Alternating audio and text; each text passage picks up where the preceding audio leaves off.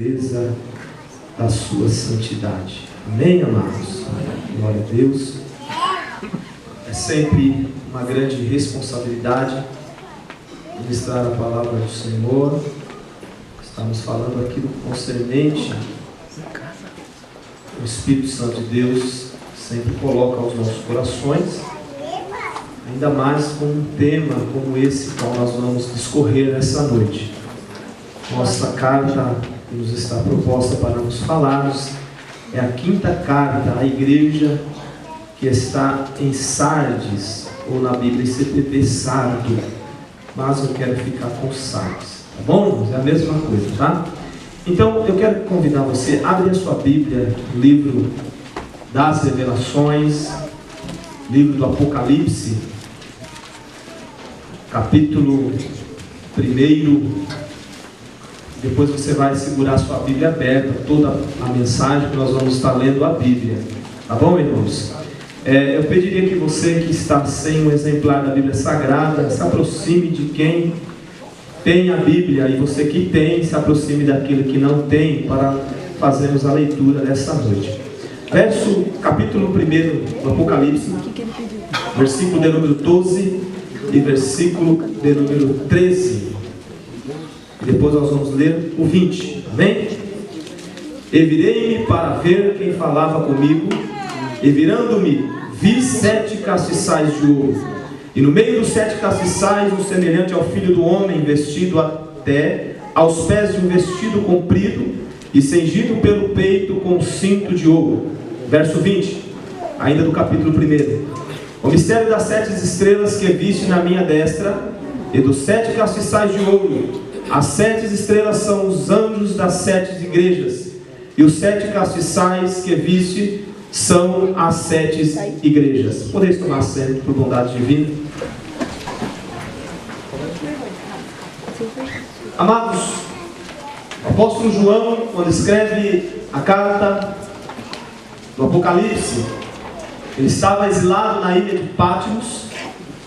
Ali, como seria, aquela ilha seria o seu sepultamento. Mas da ilha de Patmos, Deus dá a ele a revelação e a visão do Apocalipse. E João, estando ali naquela ilha, exilado, mesmo ali ele em comunhão com o Senhor, ele tem esta grande revelação. E como foi lido aqui, João ele se vira em um determinado momento das revelações para ver quem falava com ele. E ele via a igreja, ele via os 7 castiçais de ouro. E quando ele olhava, ele não via quem falava, ele via primeiro os 7 castiçais de ouro. E depois, quando ele olhava novamente, ele via um semelhante ao Filho do Homem, que andava entre os 7 castiçais de ouro.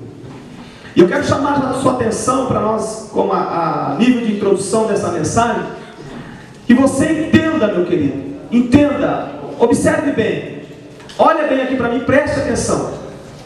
O Deus a qual nós viemos cultuar essa noite, Jesus a qual eu aceitei e você aceitou, e nós estamos o cultuando aqui nessa noite. João tem a visão dele com os olhos como chama de fogo.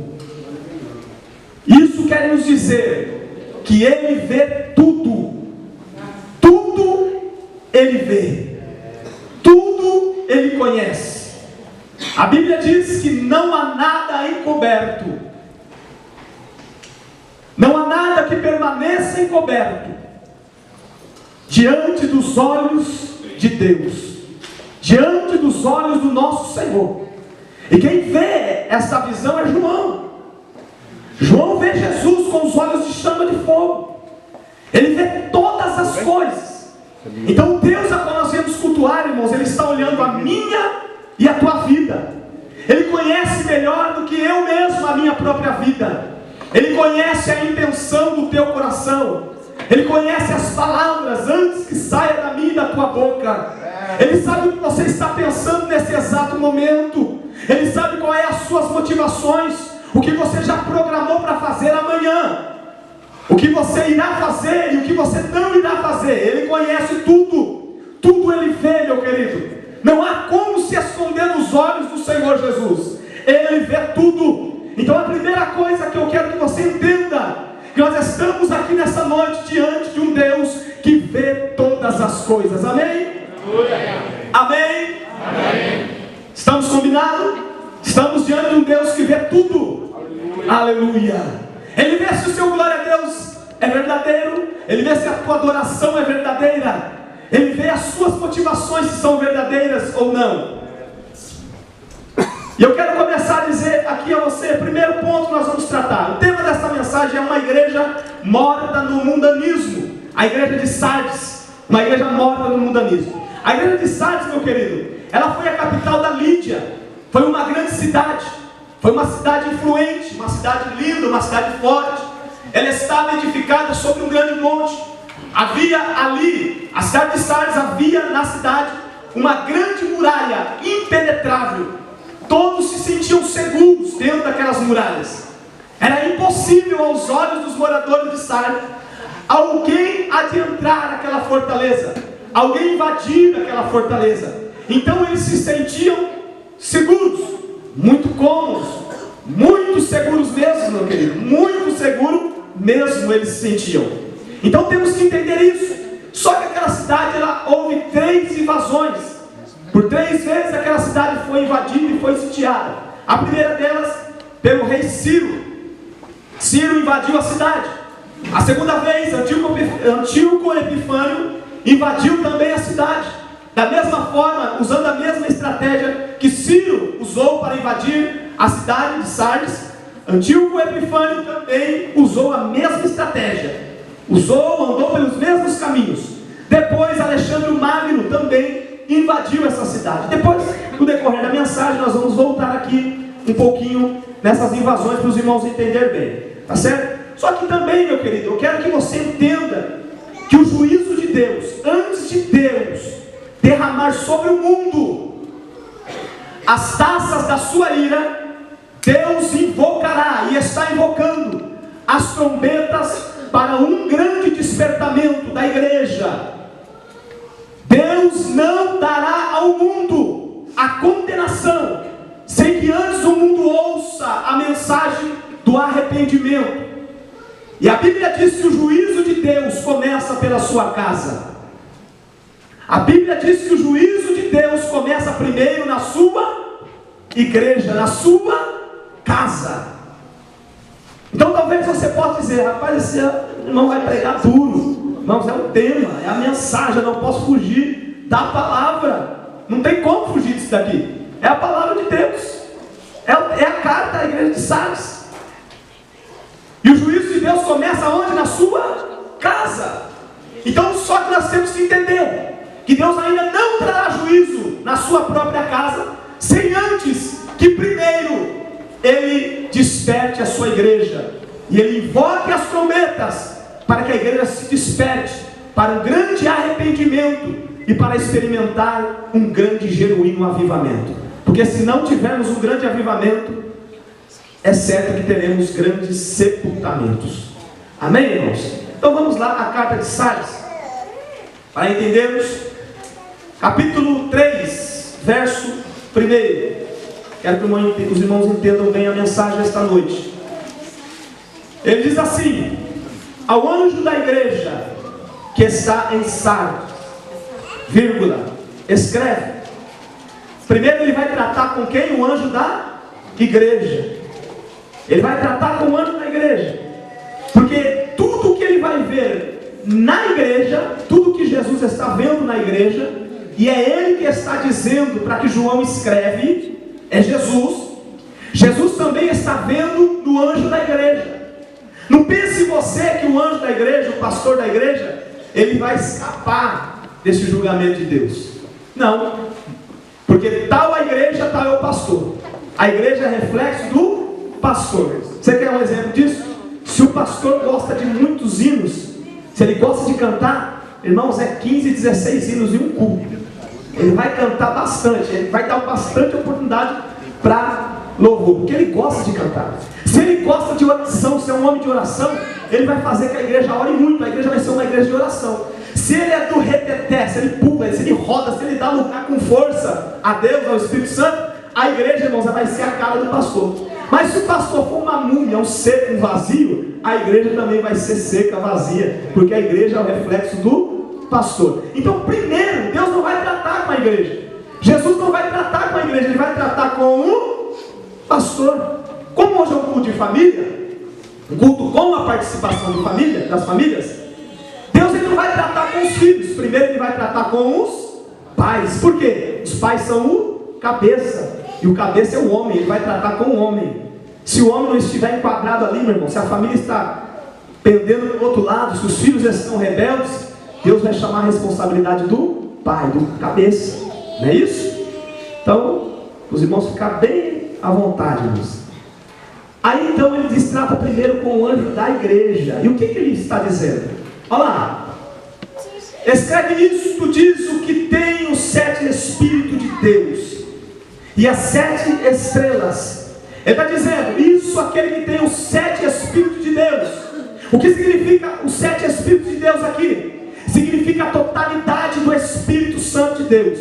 Sobre Jesus não foi dado o Espírito por medida, mas sim na sua plenitude. Ele foi cheio do Espírito na sua plenitude. Então quando ele se revela, ele se apresenta para o anjo da igreja, ele está dizendo, isto diz aquele que tem os 7 Espíritos de Deus. O Espírito é um só, mas ele está dizendo a virtude do Espírito Santo, as 7 virtudes do Espírito Santo. Isso diz aquele que tem. Eu, Jesus, eu falo na totalidade do Espírito, porque conheço todas as coisas. Eu ando no meio dos 7 castiçais de ouro. Eu tenho as 7 estrelas na minha mão, meditando nessa palavra, amados irmãos. E eu penso que será possível que as 7 cartas pode se aplicar a uma única igreja?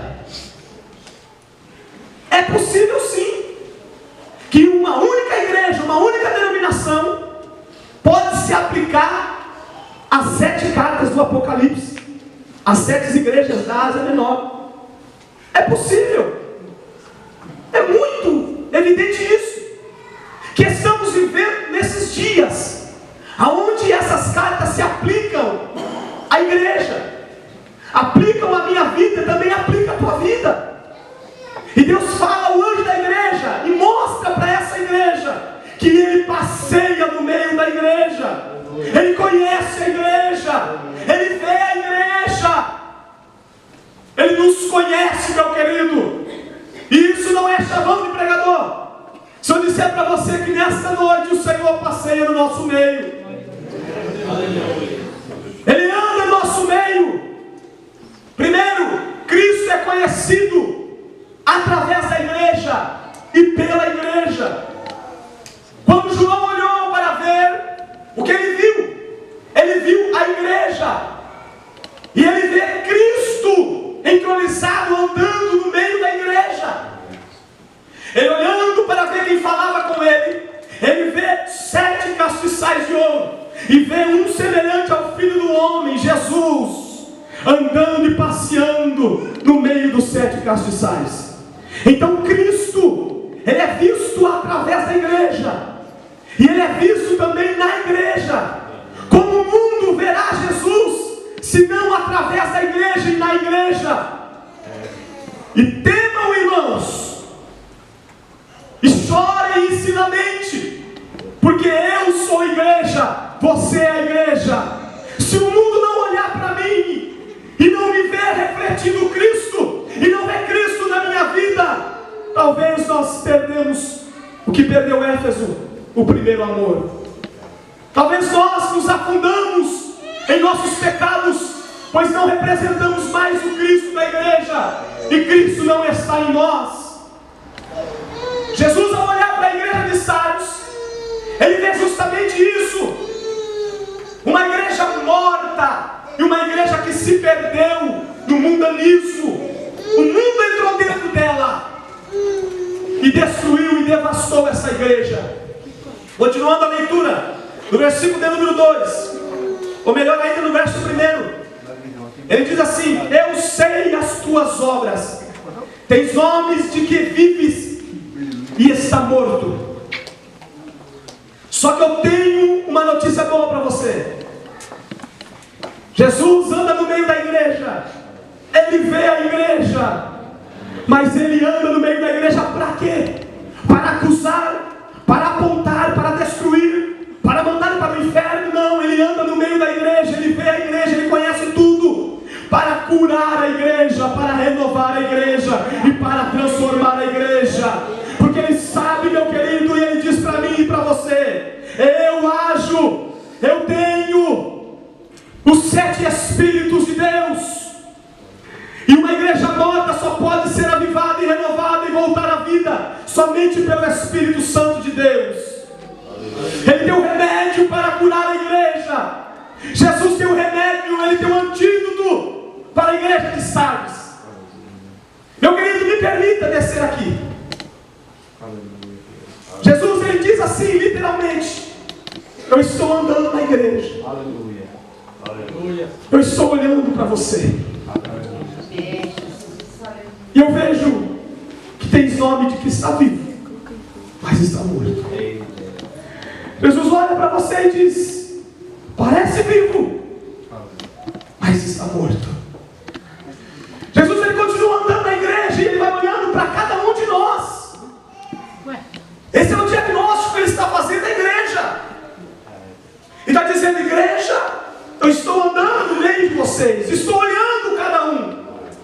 Parece estar vivo, parece ter o meu espírito, parece vibrar na minha presença, mas quando eu chego perto para ver, eu vejo que é morte. Está morto. Jesus que está dizendo isso, não sou eu. Ele diz: eu ando no meio de vocês e eu conheço as tuas obras. Tens nome que está vivo, parece crente. A igreja de Sardes, meu querido, era uma igreja que vivia de um passado belo, de um passado histórico, que estava vivendo pela glória do seu passado. Era uma igreja que tinha muito de que se gloriar, porque quando lemos esta carta, nós não vemos lá o que tinha em Éfeso, nós não vemos nesta igreja o que tinha em Tiatira. Por exemplo, vamos dar uma olhada aqui, irmãos. Volta na sua Bíblia um pouquinho. Ele não vê na igreja de Sardes o que ele vê na igreja de Éfeso. E o que é que tinha na igreja de Éfeso? Tinha falsos mestres, tinha falsos apóstolos, tinha homens falsos ensinando falsas doutrinas na igreja de Éfeso. Quando Jesus olha para a igreja de Sardes, ele não vê o que ele viu na igreja de Esmirna. E o que tinha na igreja de Esmirna? Tinha a sinagoga de Satanás. Ele não vê a sinagoga de Satanás na igreja de Sardes. Quando ele olha para a igreja de Sardes, ele não vê o que ele viu na igreja de Pérgamo. E o que é que tinha na igreja de Pérgamo? Tinha a doutrina dos nicolaítas, tinha aqueles que seguiam a doutrina de Balaão. Quando ele olha para a igreja de Tiatira, o que ele vê na igreja de Tiatira, que ele não encontra na igreja de Sardes, ele vê lá a Jezabel, e vê lá naquela igreja de Tiatira os que se prostituíam com ela. Meu querido, então o que é essa igreja? Por que essa igreja morreu? Por que essa igreja está morta? Sendo que ela não combatia a heresia, ela não tinha ninguém que dividia ela. Como essa igreja morreu? Eu me peguei perguntando: como é que essa igreja pode ter morrido? Sabe da primeira invasão? Nós temos que recorrer à história, porque a história ela é uma bênção para a igreja. A história trabalha para provar as coisas de Deus, mesmo que eles queiram provar que Deus não existe, que Deus está alienado na história, mas a história trabalha em curso das coisas de Deus. Sabe o que aconteceu quando Ciro invadiu Sardes? Sardes era uma cidade fortificada no monte, cheia de muralhas. E quando Ciro invade ali, ele monta um cerco por 14 dias. Sabe o que aconteceu? 14 dias eles ficavam rodeando o exército. Ciro falava: rodeiam a cidade, encontrem uma brecha, tem que ter um jeito de nós entrarmos lá. É uma cidade fortificada, é uma cidade forte. E eles ficavam rodeando a cidade, observando: como eu vou entrar aqui? Como nós podemos minar essa cidade? Como podemos destruir essa cidade? Até que um soldado, ele encontrou uma fenda da rocha. Ele encontrou uma fenda muito pequena. E eu acredito que ele era bem magrinho, não como eu, porque senão não passaria, mas ele era bem magrinho, e ele entrou naquela fenda. E quando ele entrou naquela fenda, ele conseguiu adentrar na cidade. E ele entrou já preparado para lutar. Só que quando ele entrou na cidade, sabe o que aconteceu com a cidade de Sardes? Eles estavam todos dormindo, dizendo: temos segurança, nada vai nos acontecer. Olha nossas muralhas, se ele sair, ele vai se cansar, ele vai embora. Nunca ninguém invadiu a cidade, nunca ninguém conseguiu transpassar as nossas muralhas. Só que eles se esqueceram de tapar as brechas do muro, eles se esqueceram de olhar as muralhas. O rei da cidade de Sardes, o comandante de Sardes, se esqueceu de olhar o muro da cidade, aquilo que dava proteção. E quando aquele soldado entrou na cidade de Sardes, sabe o que ele fez? Ele abriu os portões, e Ciro entrou marchando com seus exércitos, e ele sitiou toda a cidade, irmã Silvia. Ele tomou a cidade, destruiu a cidade. E sabe depois o que aconteceu? Passados muitos anos, Antíoco Epifânio vai também sitiar a cidade. Só que ele, sabendo e ouvindo a história, que isso já havia acontecido uma vez, ele diz: então vamos procurar essa fenda, porque se Ciro conseguiu, nós conseguiremos pelo mesmo caminho. E ele novamente começa a sitiar a cidade, rodear a cidade. De repente, um outro soldado do exército, Antíoco Epifânio, ele encontra uma brecha e ele entra pelo mesmo caminho. Após já ter sido destruída, ter sido conquistada, eles não repararam ainda o muro. Agora um novo conquistador entra e conquista a cidade pelo mesmo lugar. E quando ele entra dentro da cidade, ele entra com a espada na mão, o escudo do lado, dizendo: agora vou guerrear, vou me encontrar aqui. E quando ele chega lá, está todo mundo da mesma forma, dormindo.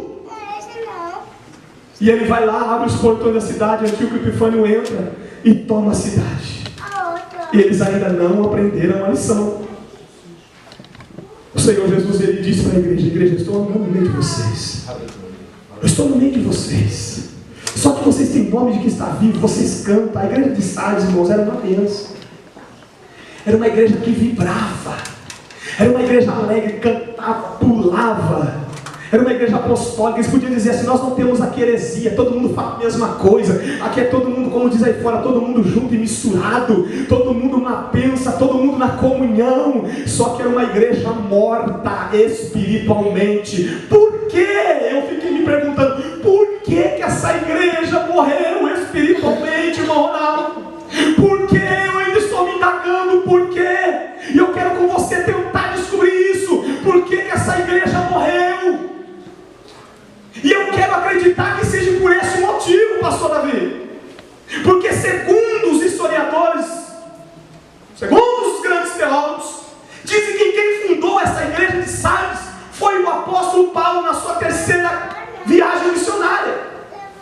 Ele passando pela Ásia, ele fundou uma igreja lá em Sardes. E o apóstolo Paulo, como missionário, irmãos, olha aqui para mim.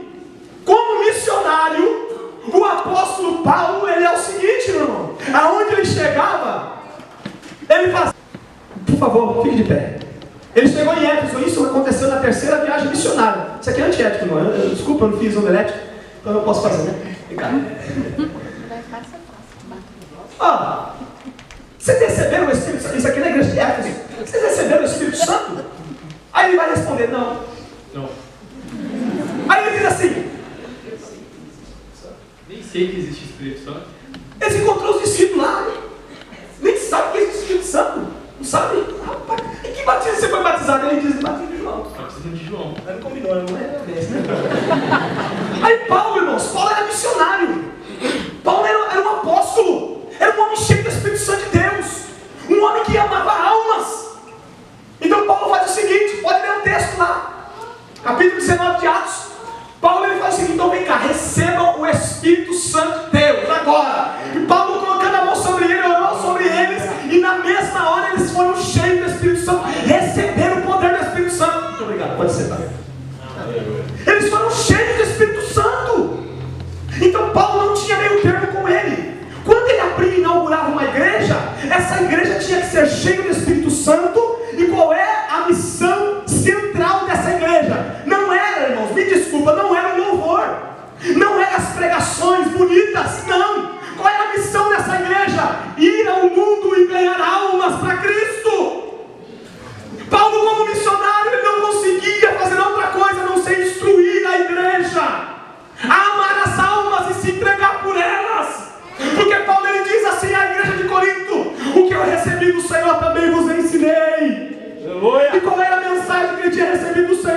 Senhor é na morte de Cristo, a sua ressurreição. E ele diz assim: olha, toda vez que comeres deste pão e beberes desse cálice, o que?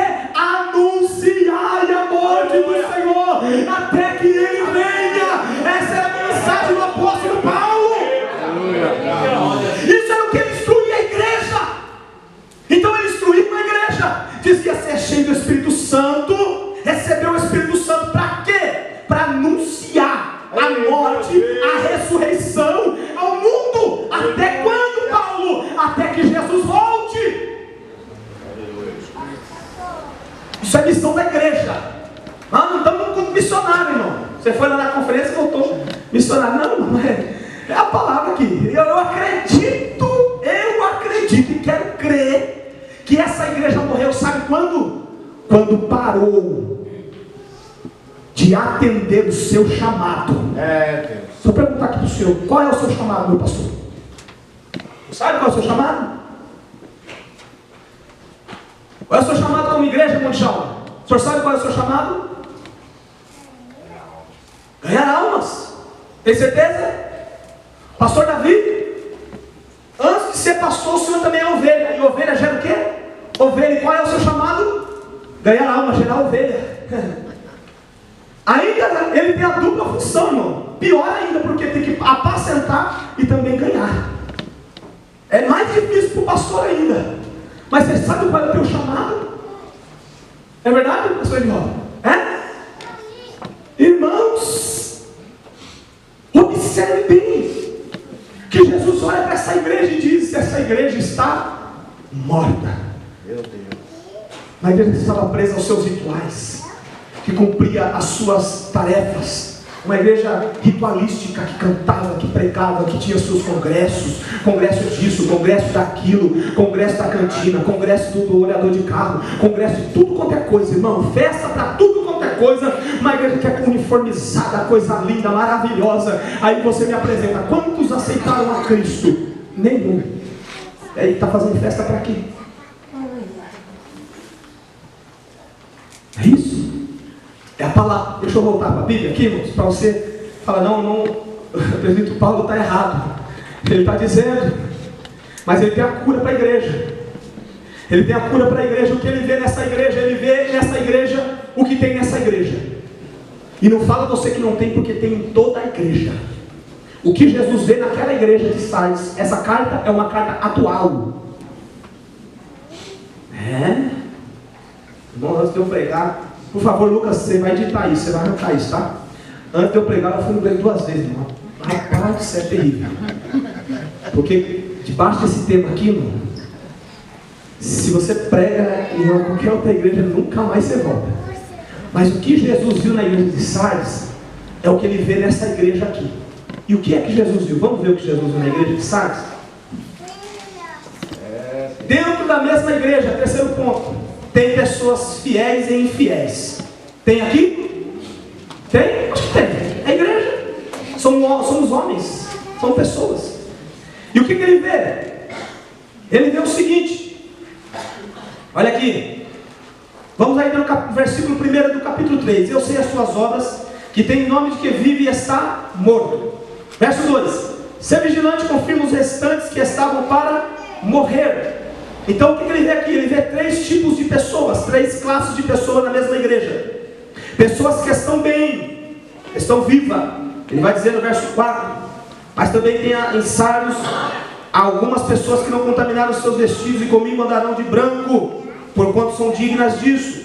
Ele vê pessoas que estão lá naquela igreja vestidas de branca, de roupas brancas, de linho fino, que estão prontas e preparadas para a vinda do Senhor. Ele vê pessoas bem, pessoas que amam a Deus, pessoas que conhecem a Deus, pessoas fiéis, pessoas que têm o Espírito Santo, pessoas que vibram no Espírito, pessoas cheias de Deus. Ele vê nessa igreja, e aqui nessa igreja também tem pessoas assim, meu irmão, pessoas que vibram no Espírito, que andam com Deus, que conhece Deus, conhece os mistérios de Deus, pessoas que andam assim com Deus, meu irmão. Você não dá nada para Ele, você não vê, mas quem vê é Jesus, e Ele conhece o coração daqueles que são seus. Ele sabe quem é e quem não é. Você pode até querer enganar, pode aparecer vivo, pode dar glória, pode falar aleluia, sabe que está morto e isso não é dele. E ele vê na igreja o quê? Vê pessoas que estão bem, mas ele também vê pessoas que estão quase morrendo. Pessoas que estão quase morrendo, por isso que ele diz: confirma os que estão quase para morrer, no verso 2. Então nessa igreja tem pessoas que estão quase morrendo espiritualmente. Tem, meu querido. Meu irmão, eu não posso fechar os meus olhos diante dessa palavra, porque está escrito aqui: tem pessoas que estão quase morrendo. Confirma os que estão quase morrendo. E quem são essas pessoas? São as pessoas, meu querido, que ficaram descompromissadas no decorrer dos anos da sua vida com a obra de Deus, com a causa maior de Deus. Porque quem é compromissado, eu fiquei me perguntando: por que essa igreja morreu? Por que essa igreja está morta diante de Deus? Para os homens era uma igreja viva, uma igreja abençoada. Mas por que essa igreja está morta diante de Deus? É porque essa igreja, parte dela, irmãos, parte dela, não todos, mas parte dela foi se esvaziando, se esfriando, irmão, foi se esquecendo da sua maior missão e da sua real missão, que é ir ao mundo, que é ganhar almas para Cristo. Você quer acabar com os problemas da igreja? Quer acabar com os problemas da igreja? Vamos fazer um seminário, disso aí, acabando com os problemas da igreja. Eu vou ganhar dinheiro e vou fazer lições com esse dinheiro. Vai ser uma bênção, porque todo pastor quer saber o que ele faz para acabar com todos os problemas da igreja. Sabe qual que é? Põe a mão na cabeça, ora, Jesus enche do Espírito Santo e revela a sua missão para ele. Porque tem crente na igreja, irmão. Eu ouvi de um irmão que está quase se afastando da igreja. Não é dessa igreja, graças a Deus, mas está quase se afastando da igreja, porque já tem 4 domingos que ele não tem a oportunidade de cantar um hino lá na igreja. E ele disse assim: olha, se esse domingo eu for para a igreja, o pastor não me der oportunidade, aqui eu não venho mais. Irmão, isso é motivo para se afastar da igreja? Então as motivações são outras. Se eu não pregar, você não pregar aqui, você prega na rua. Dessa maneira. Se você não pregar na igreja, você prega nas casas. Se fechar as portas das casas, irmão, vai na praça, grita na praça. Vai lá na Praça da Sé, grita na Praça da Sé, igual louco lá, irmão. Alguém vai parar para te ouvir. Um louco para ouvir outro louco. E a Bíblia diz que nem os loucos errarão o caminho do Senhor. Então, irmãos, o caminho do céu, alguém vai te ouvir, meu querido. Deus não te chamou só para você ser um mudo na igreja e você achar que isso está bom demais. No final você dizer: Deus, cumpri 30 anos, Senhor, só músico. Aí Deus fala assim: tá bom, me apresenta quantas almas, o que você tem para me oferecer. Cadê as almas? Você é igreja, a igreja ganha almas. Aleluia. Peraí, irmão, estou quase acabando. Estou ainda na introdução. Mas vamos chegar lá, em nome de Jesus. Irmãos, o que mais Jesus viu na igreja? Qual é a terceira classe de pessoas que ele vê na igreja? Sabe qual é, irmãos? Essa aqui é a que dói mais. Dói porque dói para mim. Porque será como que ele me vê? Será que ele me vê como uma dessas classes de pessoas? E qual classe dessas eu estou? E qual classe você está? Eu me pego a me perguntar. Porque ele vê as pessoas que estão mortas. Meu Deus.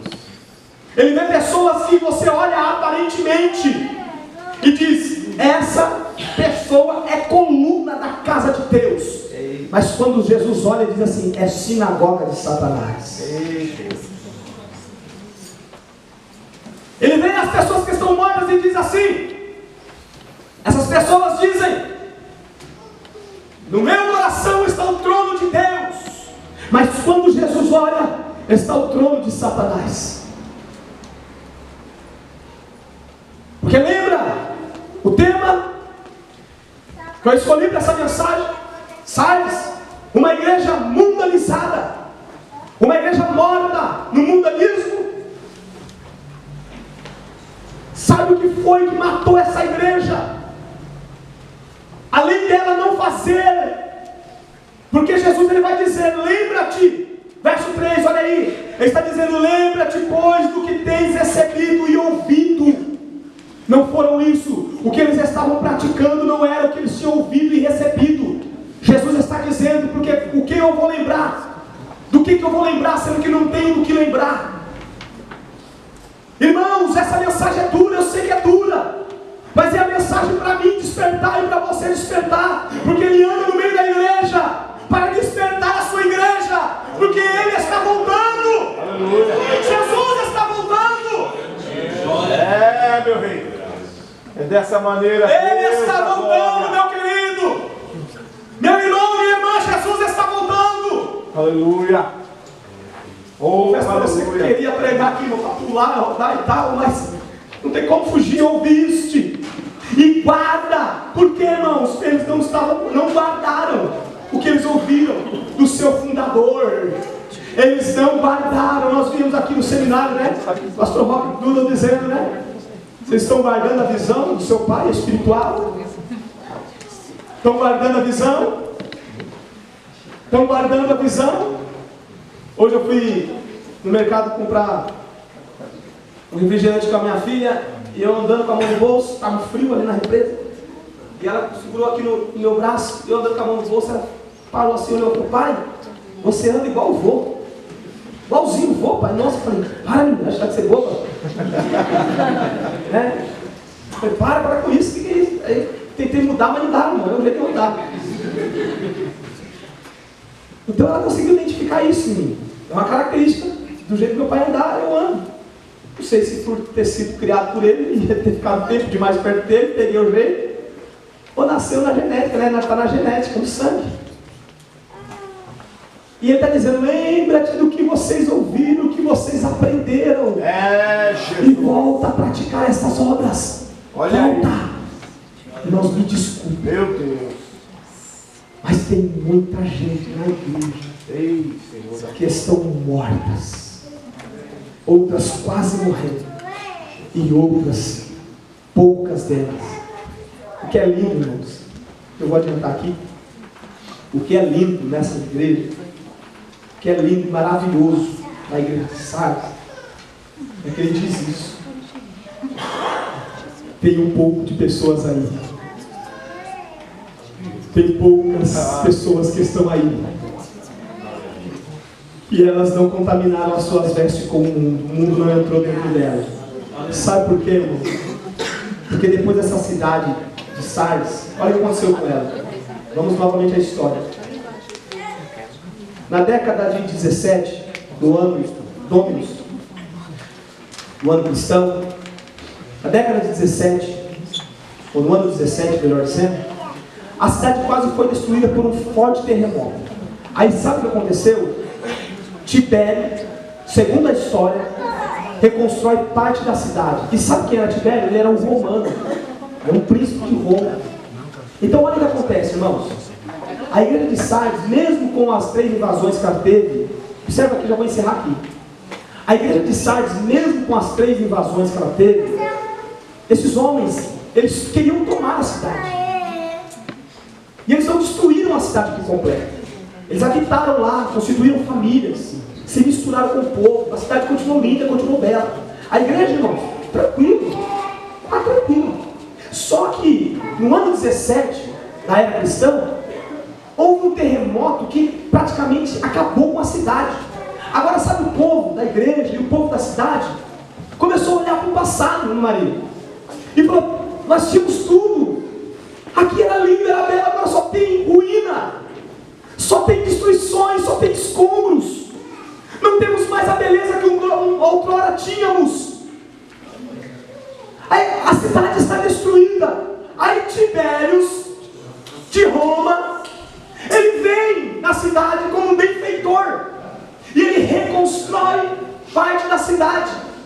E quando ele reconstrói parte da cidade, como ele romano, benfeitor da cidade agora, ele traz automaticamente toda a cultura de Roma, e implanta na cidade de Sardes. Todos começam a cultuar o imperador, todo mundo começa a receber favor do imperador. Eu ouvi alguns anos atrás, não muito, mas alguns anos atrás, algo que me doeu, algo que doeu em mim, que uma família de irmãos estava sendo sustentados por espíritas.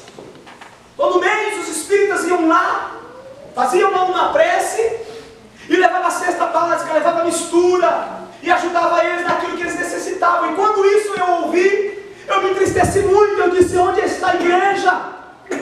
Qual é a igreja que esse irmão congrega? Porque ninguém faz nada, porque ninguém ajuda. Não era que os espíritas estavam ajudando. Aí alguém mim você é poderosa.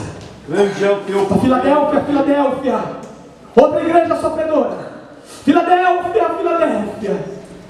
Eu te amei, eu te escolhi, Filadélfia. Eu te conheço, Filadélfia.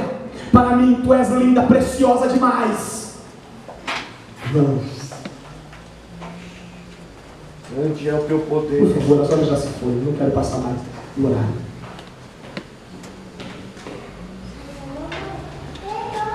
Bendito é o teu nome, Jesus. Aleluia. Eu sei que um dia ele vai nos recompensar.